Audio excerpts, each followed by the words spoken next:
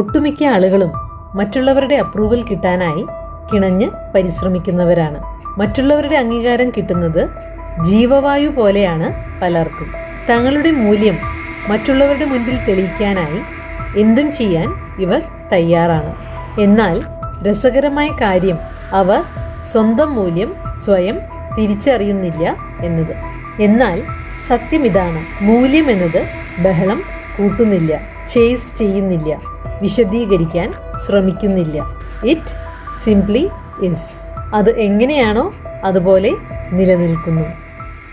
നമ്മളെപ്പോൾ നമ്മുടെ മൂല്യം സ്വയം തിരിച്ചറിയുന്നുവോ അപ്പോൾ വലിയ മാറ്റങ്ങൾ നമ്മളിൽ കാണാൻ ആരംഭിക്കുന്നു. ഏറ്റവും കൂടിയ വിലയ്ക്ക് വിളിച്ചു പോകുവാൻ നമ്മൾ ഷെൽഫിൽ നിലകൊള്ളുന്ന ഒരു വസ്തുവല്ല. നമ്മുടെ ഏറ്റവും വലിയ തെറ്റെന്നത് നമ്മൾ സ്വയം നമ്മുടെ മൂല്യം തിരിച്ചറിയുന്നതിനു പകരം മറ്റുള്ളവരുടെ മുൻപിൽ നമ്മെ തന്നെ തെളിയിച്ചു കാണിക്കാൻ, പ്രൂവ് ചെയ്യാൻ ശ്രമിക്കുന്നുവെന്നതാണ്.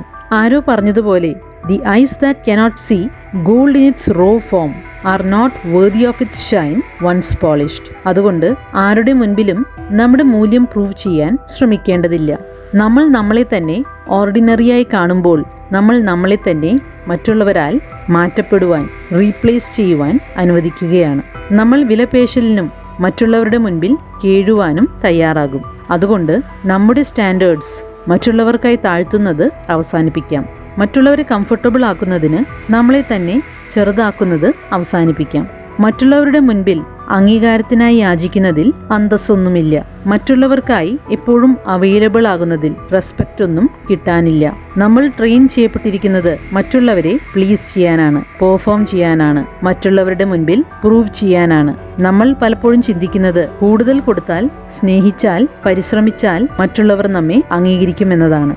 എന്നാൽ എളുപ്പത്തിൽ ലഭ്യമായ കാര്യങ്ങൾക്ക് ആളുകൾ അധികം വില കൽപ്പിക്കുന്നില്ല എന്നതാണ് സത്യം. മറ്റുള്ളവർ നമ്മെ കിരീടം അണിയിക്കുന്നതിനുള്ള കാത്തിരിപ്പ് അവസാനിപ്പിക്കാം. നമ്മൾ ജനിച്ചതേ കിരീടവുമായാണെന്ന് തിരിച്ചറിഞ്ഞുകൊണ്ട് നമ്മൾ നമ്മളെക്കുറിച്ച് തന്നെ മറച്ചു വെക്കുന്ന കാര്യങ്ങൾ, അതുപോലെ മറ്റുള്ളവരാൽ ഇഷ്ടപ്പെടുവാൻ നമ്മളിൽ മാറ്റുന്ന, എഡിറ്റ് ചെയ്യുന്ന പല കാര്യങ്ങളുമാണ് യഥാർത്ഥത്തിൽ നമ്മെ മറ്റുള്ളവരിൽ നിന്നും വ്യത്യസ്തരാക്കുന്നത്. നമ്മൾ അവയെ പൂർണ്ണമായും സ്വീകരിക്കാൻ, ഓൺ ചെയ്യാൻ തയ്യാറായാൽ. പലർക്കും നമ്മെ കാണാൻ, നമ്മുടെ മൂല്യം തിരിച്ചറിയാൻ സാധിക്കുമെങ്കിലും അവർ കാണാത്ത പോലെ നടിക്കുന്നു. നിങ്ങളത് തിരിച്ചറിഞ്ഞിട്ടില്ല എന്ന പ്രതീക്ഷയിൽ. നമ്മളിൽ നിന്നും ടു ലിറ്റിൽ, വളരെ കുറച്ച് പ്രതീക്ഷിക്കുന്നവരുടെ മുന്നിൽ ടു മച്ച് ആകുന്നതിൽ വിഷമിക്കേണ്ടതില്ല. നമ്മൾ എപ്പോഴും ആക്സസിബിൾ ആകണം, അവൈലബിൾ ആകണം എന്ന് പ്രതീക്ഷിക്കുന്നവർ നമ്മെ കുറ്റപ്പെടുത്തുന്നത് ഓക്കെ ആയി കരുതണം. എല്ലാവർക്കും എപ്പോഴും അവൈലബിൾ ആകേണ്ടതില്ല എന്ന് നമ്മൾ തിരിച്ചറിയണം. റെയറായ, വിരളമായ കാര്യങ്ങൾ എപ്പോഴും അംഗീകരിക്കപ്പെടണമെന്നില്ല. അത് തിരിച്ചറിയാനുള്ള കഴിവ്, അത് സ്വീകരിക്കാൻ കഴിവുള്ളവർക്കേ ഉണ്ടാവുകയുള്ളൂ. അതുകൊണ്ട് മറ്റുള്ളവരാൽ തിരഞ്ഞെടുക്കപ്പെടുവാനുള്ള പ്രവണതയെ അവസാനിപ്പിച്ച് നമ്മളെ തന്നെ സ്വയം വളരെ ശക്തമായി തിരഞ്ഞെടുക്കുക. അപ്പോൾ നമ്മൾ മറ്റുള്ളവരാൽ കാണപ്പെടുവാനുള്ള പരിശ്രമം അവസാനിപ്പിക്കും. ബൗണ്ടറീസ് ഒന്നും കൂടാതെ കൊടുത്തുകൊണ്ടിരിക്കുന്നവർ ഇൻവിസിബിൾ ആകുമെന്ന് തിരിച്ചറിയാം. To be everywhere is to be nowhere in particular എന്ന് മനസ്സിലാക്കാം.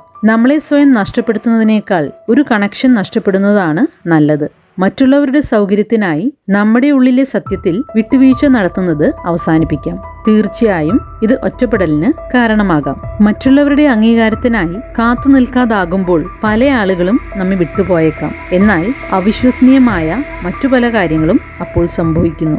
നിങ്ങൾ മറ്റുള്ളവർക്ക് ഒരു മാനദണ്ഡമായി മാറുന്നു, മാതൃകയായി മാറുന്നു. മറ്റുള്ളവർ നിങ്ങളെ ഇംപ്രസ് ചെയ്യാൻ ശ്രമം ആരംഭിക്കും.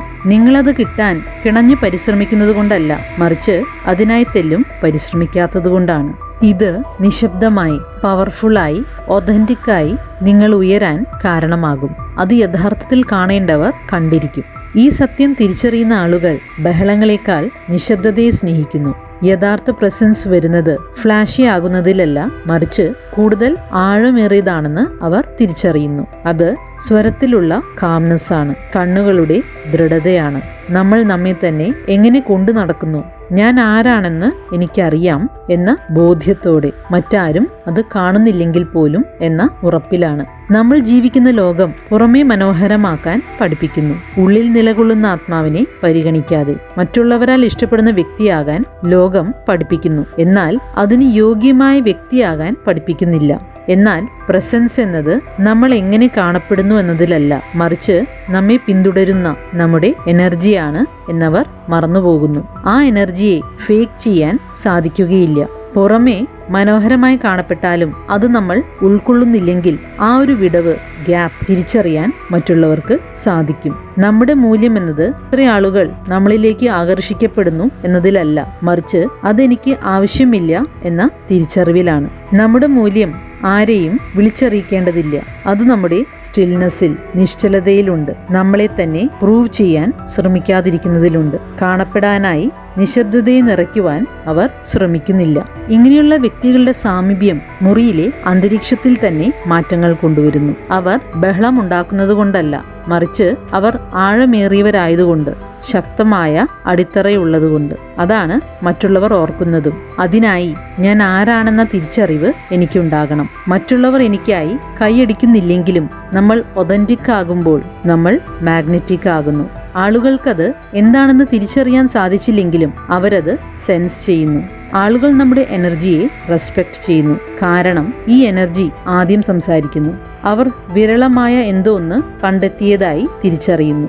നമ്മൾ ആഴത്തിൽ ഫീൽ ചെയ്യാനും കാര്യങ്ങളെ മൃദുവായി കൈകാര്യം ചെയ്യാനും പഠിക്കണം. മറ്റൊരാൾ വേണം ഞാൻ പൂർണ്ണനാകാൻ എന്ന ചിന്ത കൂടാതെ തന്നെ മറ്റുള്ളവരെ സ്നേഹിക്കാൻ എനിക്ക് കഴിയണം. മറ്റുള്ളവരെ ആശ്രയിക്കാതെ, അവരോട് ക്ലിങ് ചെയ്യാതെ തന്നെ അവരെ പരിചരിക്കാൻ കഴിയണം. അവിടെയാണ് യഥാർത്ഥ സ്വാതന്ത്ര്യം ആരംഭിക്കുന്നത്.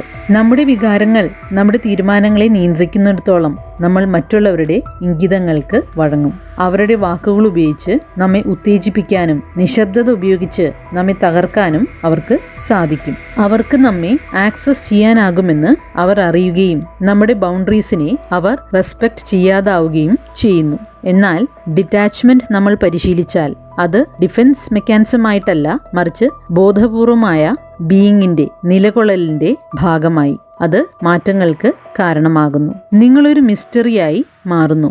കാരണം നിങ്ങളിപ്പോൾ എല്ലാ ദിശകളിലേക്കും നിങ്ങളുടെ എനർജിയെ ഒഴുക്കാൻ ശ്രമിക്കുന്നില്ല. ഈ നിശബ്ദതയിൽ നമ്മൾ പവർഫുൾ ആകുന്നു. നമ്മൾ പ്രതികരിക്കാത്തതിൽ ആളുകൾ അതിശയിക്കാൻ തുടങ്ങുന്നു. അവർ വ്യത്യസ്തമായ രീതിയിൽ നമ്മോട് പ്രതികരിക്കാൻ ആരംഭിക്കുന്നു. കൊടുങ്കാറ്റടിക്കുമ്പോഴും ക്ലാരിറ്റിയോടെ സംസാരിക്കുമ്പോൾ, ഇന്റൻഷനോടെ നീങ്ങുമ്പോൾ നമ്മൾ നമ്മുടെ വികാരങ്ങളെ നമ്മുടെ കൂട്ടാളികളാക്കുകയാണ്, നമ്മെ കീഴടക്കുന്നവരാക്കുന്നില്ല. നമ്മൾ നമ്മുടെ വികാരങ്ങളെ അങ്ങനെ നിരീക്ഷിക്കാൻ പഠിക്കുന്നു, അവയിൽ മുങ്ങിത്താഴാതെ. മറ്റുള്ളവർ നമ്മെ ട്രിഗർ ചെയ്യുമ്പോൾ നമ്മൾ പൊട്ടിത്തെറിക്കുന്നില്ല, നമ്മെ തന്നെ പ്രൂവ് ചെയ്യാൻ ശ്രമിക്കുന്നില്ല. പകരം നിങ്ങൾ ശ്വാസമെടുക്കുന്നു, നിങ്ങളിലേക്ക് തന്നെ തിരിയുന്നു, നിങ്ങൾ ആരാണെന്ന് ഓർമ്മിക്കുന്നു. അങ്ങനെ ആ ഒരു സ്പേസിൽ നിങ്ങൾ ഏറ്റവും യോജിച്ച രീതിയിൽ പ്രതികരിക്കുന്നു. അത് ഭയത്തിൽ നിന്നുള്ള പ്രതികരണമല്ല. ഇങ്ങനെയൊരു വൈകാരികമായ ഡിസിപ്ലിൻ നിങ്ങളെ മറ്റൊരു രീതിയിൽ കാണാൻ അവരെ നിർബന്ധിതരാക്കുന്നു. നിങ്ങളെ കൺട്രോൾ ചെയ്യാൻ സാധിക്കുകയില്ല എന്നവർ തിരിച്ചറിയുന്നു. അങ്ങനെ അവർ നിങ്ങളെ ബഹുമാനത്തോടെ കാണാൻ ആരംഭിക്കുന്നു. ഇമോഷണൽ ഡിറ്റാച്ച്മെന്റ് നമ്മുടെ വികാരങ്ങളെ നമ്മെ നിയന്ത്രിക്കാൻ അനുവദിക്കാത്തതാണ് ഈ എനർജിയുടെ ഫൗണ്ടേഷൻ, അടിസ്ഥാനം. ഇങ്ങനെയാകുമ്പോൾ പലരും നമ്മെ അകന്നു നിൽക്കുന്ന വ്യക്തി, കെയറിംഗ് അല്ലാത്ത വ്യക്തി എന്ന രീതിയിലെല്ലാം കുറ്റപ്പെടുത്തിയേക്കാം. അത് പരിഗണിക്കേണ്ടതില്ല. അവർക്ക് കാര്യങ്ങൾ വിശദീകരിക്കാനോ അവരെ കംഫർട്ടബിൾ ആക്കാൻ നമ്മുടെ സ്റ്റാൻഡേർഡ്സ് കുറയ്ക്കാനോ ശ്രമിക്കേണ്ടതില്ല. നിശബ്ദതയിലിരിക്കാൻ, ബന്ധനങ്ങൾ കൂടാതെ സ്നേഹിക്കാൻ, ദേഷ്യം തോന്നാതെ നടന്നു നീങ്ങാൻ കഴിയുന്ന വ്യക്തിയെ ആളുകൾ ഒരിക്കലും മറക്കുകയില്ല. അവർ അൺഫോർഗറ്റബിൾ ആകുന്നു. ആളുകൾ പാറ്റേൺസിൽ നിന്നും പഠിക്കുന്നു. നിങ്ങൾ നുറുക്കുകളാൽ സംതൃപ്തരാണെങ്കിൽ ആളുകൾ നിങ്ങൾക്ക് ആഹാരം പൂർണ്ണമായും നൽകാൻ തയ്യാറാകില്ല. നിങ്ങൾക്കതിന് യോഗ്യതയില്ലാത്തതുകൊണ്ടല്ല, മറിച്ച് നിങ്ങൾ കുറഞ്ഞതിന് സെറ്റിൽ ചെയ്യാൻ തയ്യാറാണെന്ന് തിരിച്ചറിയുന്നതുകൊണ്ടാണത്. യഥാർത്ഥത്തിൽ നമ്മളോട് എങ്ങനെ പെരുമാറണമെന്നതിൽ നമ്മൾ മറ്റുള്ളവരെ ട്രെയിൻ ചെയ്യുന്നു. നമ്മുടെ വാക്കുകളാലല്ല, നമ്മുടെ തിരഞ്ഞെടുപ്പുകളാൽ, ചോയ്സസാൽ. നിങ്ങൾ അറ്റാച്ച്മെൻറ്റിനേക്കാൾ അലൈൻമെൻറ്റിനെ ഓരോ തവണ തിരഞ്ഞെടുക്കുമ്പോൾ നിങ്ങൾ നിങ്ങളുടെ തന്നെ ഒരു ഭാഗത്തെ വീണ്ടെടുക്കുകയാണ് ചെയ്യുന്നത്. നിങ്ങളുടെ തന്നെ അന്തസ്സിനെ ഉയർത്തിപ്പിടിക്കുകയാണ് ചെയ്യുന്നത്. തീർച്ചയായും ഇങ്ങനെ ചെയ്യുന്നത് വേദനാജനകമാണ്. നിങ്ങൾ ഒറ്റപ്പെടാനുള്ള സാധ്യതയേറെയാണ്. പലരും ചോദിച്ചേക്കാം, മറ്റുള്ളവർ എന്നെ വ്യത്യസ്തമായി കാണാൻ എന്തു ചെയ്യണമെന്ന്. അതിനു പകരം ഇങ്ങനെ ചോദിക്കാം, ഞാൻ എന്നെ തന്നെ വ്യത്യസ്തമായി കാണാൻ എങ്ങനെ ആരംഭിക്കുമെന്ന്. കാരണം മാറ്റങ്ങളുടെ തുടക്കം അവരിൽ നിന്നല്ല, നിങ്ങളിൽ നിന്നാണ്. സെൽഫ് റെസ്പെക്റ്റ് ഇല്ലാതെയുള്ള സ്നേഹം സ്നേഹമല്ല. അത് മാസ്ക് ധരിച്ചിരിക്കുന്ന അറ്റാച്ച്മെൻ്റ് ആണ്. അത് അനുകമ്പയെന്ന് നടിക്കുന്ന ഭയമാണ്. ഐ ആം ഇനഫ്, ഞാൻ മതിയായവനാണ് എന്ന ചിന്ത എനിക്കില്ലെങ്കിൽ ആര് നമ്മെ അംഗീകരിച്ചാലും സംതൃപ്തി കണ്ടെത്താൻ നമുക്ക് സാധിക്കുകയില്ല. നിങ്ങൾക്ക് എംപ്റ്റീനെസ്, ഉള്ളിലൊരു ശൂന്യത അനുഭവപ്പെടാൻ തുടങ്ങും. ലോകത്തിൽ വളരെ കുറച്ച് ആളുകളെ അൺഫോർഗറ്റബിൾ ആയുള്ളൂ. അത് ആളുകളിൽ ഒരാളായി ഉൾപ്പെടുന്നതിലല്ല, മറിച്ച് വ്യത്യസ്തമായി നിലനിന്നുകൊണ്ടാണ്. അതായത് റിയലായി നിലനിന്നുകൊണ്ടാണ്.